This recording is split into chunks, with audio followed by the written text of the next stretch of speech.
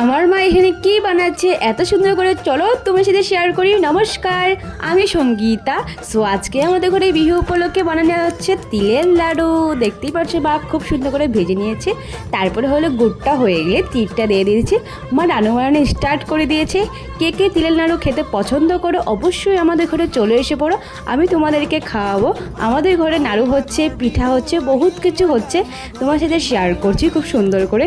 আমি এখানে দুটো নারকেল নিয়েছি, নারকেলটা হলো কুড়িয়ে দিচ্ছি মাকে, কেন মা আমার এখানে নারকেল কুড়ানো কমপ্লিট হয়ে গেছে। এটা দিয়ে মা নাড়ু বানাবে।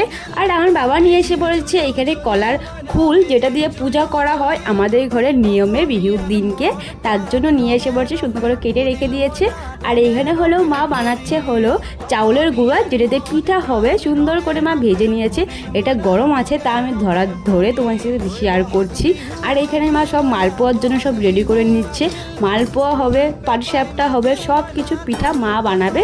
নেক্সট ভিডিওতে তোমার সাথে শেয়ার করবো খুব সুন্দর করে। সো আজকের জন্য বাই, দেখা হচ্ছে নেক্সট ভিডিওতে। By everyone.